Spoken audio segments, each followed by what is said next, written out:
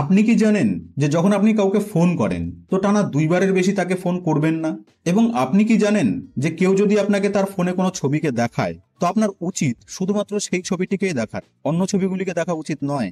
আজ এই ভিডিওটির মাধ্যমে আমরা এমনই কিছু ডেইলি অ্যাক্টিভিটিগুলিকে জানতে চলেছি যা অজান্তেই আমরা করে তো থাকি ঠিকই, কিন্তু এই অ্যাক্টিভিটিগুলি আমাদের ফিউচারে অনেক বড় ইম্প্যাক্ট ফেলে এবং লোকেদের নজরে আমরা অনেকটা ছোট হয়ে যাই।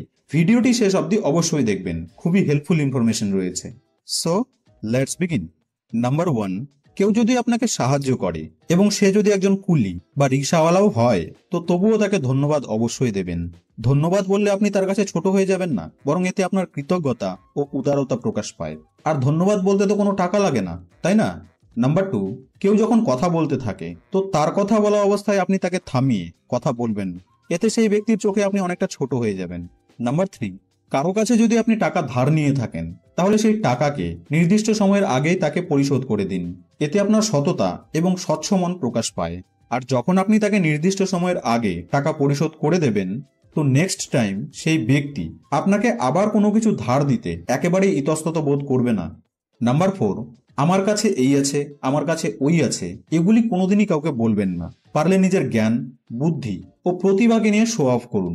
নাম্বার 5, একজনের গোপন কথা অন্য কারো কাছে বাড়িয়ে বলা উচিত নয়, এতে আপনি সেই ব্যক্তির কাছে অনেকটা নিচু হয়ে যাবেন। আর দ্বিতীয়বার সেই ব্যক্তি যার ব্যাপারে এবং যাকে বলেছেন তারা দুজনেই আপনাকে আর কোনো গোপন কথা বলবে না। নাম্বার 6, অপরিচিত কাউকে তুই বলে ডাকাটা অভদ্রতা, হোক না সে একজন হকার বা রিক্সাওয়ালা। অপরিচিত কাউকে কোনোদিনই তুই বলে সম্বোধন করবেন না।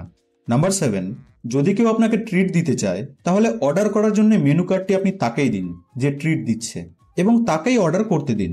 কারণ এমনও তো হতে পারে যে আপনি এমন কিছু অর্ডার দিয়ে দিলেন যার জন্য সে প্রস্তুতি নয়। নাম্বার 8, অনেকদিন পর যদি কারোর সাথে দেখা হয় তো প্রথমে আপনি তার ভালো মন্দ জিজ্ঞেস করুন, তার পরিবারের লোকেরা কেমন আছে তা জিজ্ঞেস করুন। তাকে এলোমেলো বা পার্সোনাল প্রশ্ন করে লজ্জায় ফেলবেন, যেমন কাজকর্ম, salary, love life etcetera. Number 9, যদি আপনি চেয়ারে বসে থাকেন এবং পাশে যদি কেউ আপনার থেকে বেশি বয়সী দাঁড়িয়ে থাকে তাহলে আপনার চেয়ারটি তাকে দিন বসার জন্য। একই জিনিসটি আপনি বাস বা মেট্রোতেও করতে পারেন, যদি আপনার গন্তব্যস্থল কাছে হয় তবে। নাম্বার 10, কোনো রেস্টুরেন্টে খাওয়ার পর ওয়েটারকে বকশিস দেওয়ার সময় এই কথাটিকে মাথায় রাখবেন যে যেন তার অপমান না হয়। সেরকম হলে আপনি বকশিস দেবেন না, তাও ভালো, কিন্তু যদি দেন তাহলে অবশ্যই সম্মানজনকভাবে দেবেন। নাম্বার 11, কোথাও বসলে নিজের পাকে এমনভাবে রাখুন যেন তা কারোর দিকে পয়েন্ট না করে।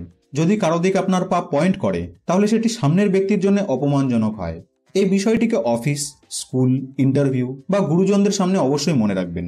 নাম্বার 12, যদি আপনার কোনো পেট থেকে থাকে যাকে কিনা আপনি খুব ভালোবাসেন তো তার মানে এ নয় যে সবাই তাকে আপনার মতোই ভালোবাসবে। নিজের পোষা প্রাণীকে সবসময় নিজের নিয়ন্ত্রণে রাখুন। নাম্বার 13, হাঁটার সময় আপনি খেয়াল রাখবেন যে আপনার জুতোর যেন শব্দ না হয়, আর হাঁটার সময় পা ঘেঁষেও হাঁটবেন না, এটি আপনার লো সেলফ এস্টিমকে ডেসক্রাইব করে। নাম্বার 14, কোনো অনুষ্ঠান বা সুন্দর জায়গায় গিয়ে আগেই ছবি তোলার জন্য ব্যস্ত হয়ে পড়বেন না। আপনি যে জন্য সেখানে এসেছেন সেটিকে আগে সামনাসামনি উপভোগ করুন। সামনাসামনি সেই ইভেন্টটিকে এক্সপিরিয়েন্স করে আপনি যে আনন্দ পাবেন সেই সমান আনন্দ আপনাকে আপনার মোবাইলের ছবিগুলো দিতে পারবে না। নাম্বার 15, আপনি হয়তো অনেক ইন্টেলিজেন্ট, আপনার মনে বহু প্রশ্ন ঘুরতে থাকে, কিন্তু তার মানে এ নয় যে আপনি টিচারকে ক্লাস চলাকালীন সেই প্রশ্নগুলি করতেই থাকবেন। এতে টিচার এবং আপনার সহপাঠীরা বিরক্ত হয়ে যাবে। প্রয়োজন হলে ক্লাসের শেষে সেগুলির সমাধান আপনি টিচারের কাছ থেকে নিতে পারেন। দেখুন, প্রশ্ন করা ভালো, কিন্তু বেশি প্রশ্ন করে ক্লাসের ডিসিপ্লিনকে নষ্ট করা ভালো না। নাম্বার 16, পাবলিক প্লেসে জোরে হাই তোলা, চুল আঁচড়ানো, নাকে হাত দেওয়া, নখ কামড়ানো অভদ্রতা মনে করা হয়। নাম্বার 17, অন্যের পার্সোনাল পছন্দ এবং অপছন্দকে হেসে উড়িয়ে দেবেন না। তাদের পছন্দ এবং অপছন্দকেও ততটাই গুরুত্ব দিন যতটা আপনি নিজের ক্ষেত্রে দেন। আপনি একজন ব্যক্তি হিসেবে কতটা ভালো এবং কতটা সৎ তা নির্ভর করে আপনার ব্যবহার ও অভ্যাসের ওপর। আমরা অনেকেই অনেক শিক্ষিত, অনেক পড়াশোনা জানি, কিন্তু অজান্তেই মাঝে মধ্যে আমরা এই কাজগুলিকে করে ফেলি, যা পরে আমাদের কাছে আফসোস হয়ে যায়। ভিডিওটি আপনাকে কেমন লাগলো এবং আর কি কি বিষয় রয়েছে যা এই ভিডিওটিতে ছাড়া পড়ে গেছে তা কমেন্ট বক্সে আমাকে অবশ্যই জানাবেন। ভিডিওটি ভালো লেগে থাকলে লাইক এবং শেয়ার করতে ভুলবেন না কিন্তু। আপনাদের সঙ্গে আবার দেখা হবে নেক্সট ভিডিওতে।